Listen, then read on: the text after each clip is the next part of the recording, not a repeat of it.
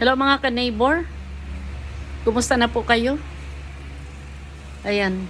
Kami po kaninang umaga ay pumunta po ng Pinamalayan dahil lahat po ng CDW ay may mga pictorial po. So, nagkataon po na dapat po kami kahapon ay naka-schedule. Ay may pinuntahan po kasi yung aming MS. So, nire-schedule po yun today. So kanina pong umaga ay nandun po kami ngayon doon sa sa studio. So ngayon lang po ito nangyari. Within 33 years in service ng inyong ka-neighbor.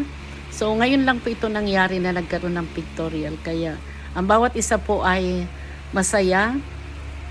Another experience. At yun po, natapos po kaninang umaga na ang lahat po ay masaya. So, ang alam ko po ay parang last day na po ngayon kasi meron po kaming cluster 6 hanggang cluster 6 po. So, 1 and 2 yesterday and then 3 and 4 kanina po. At nung hapon po ay parang sinama na rin po ang cluster 5 and cluster 6. Ayun. So, lahat po kami ay mga naka-uniform kaninang umaga. Hanggang hapon po yun. So, ayun. Natapos naman po ng ang lahat ay may saya. So, ngayon lang po kasi nangyari yun sa Tagal po. So, yun. May mga syempre po pictorial. So, masaya.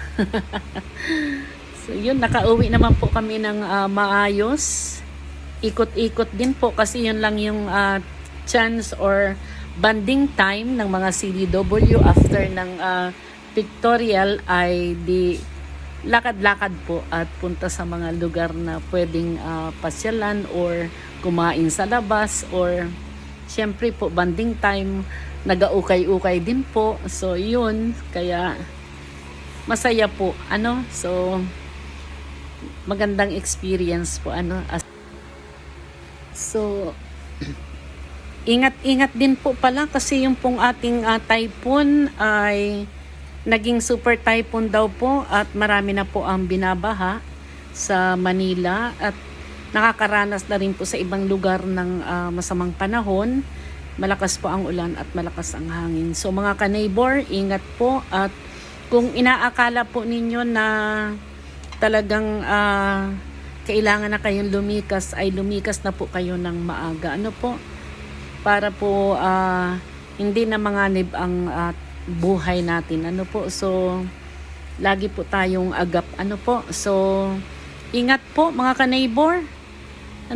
At harinawa po ay walang mga nasaktan kasi po sa ngayon po ay may mga humihingi na po ng tulong. Talaga pong marami po yung baha. Makikita nyo po na may mga post yung iba. So talaga pong naging yung bagyo pong Karina ay naging super typhoon daw po. So malalaman po namin mamaya yun sa balita. Kaya God bless po sa inyong lahat mga ka-neighbor. Keep safe po.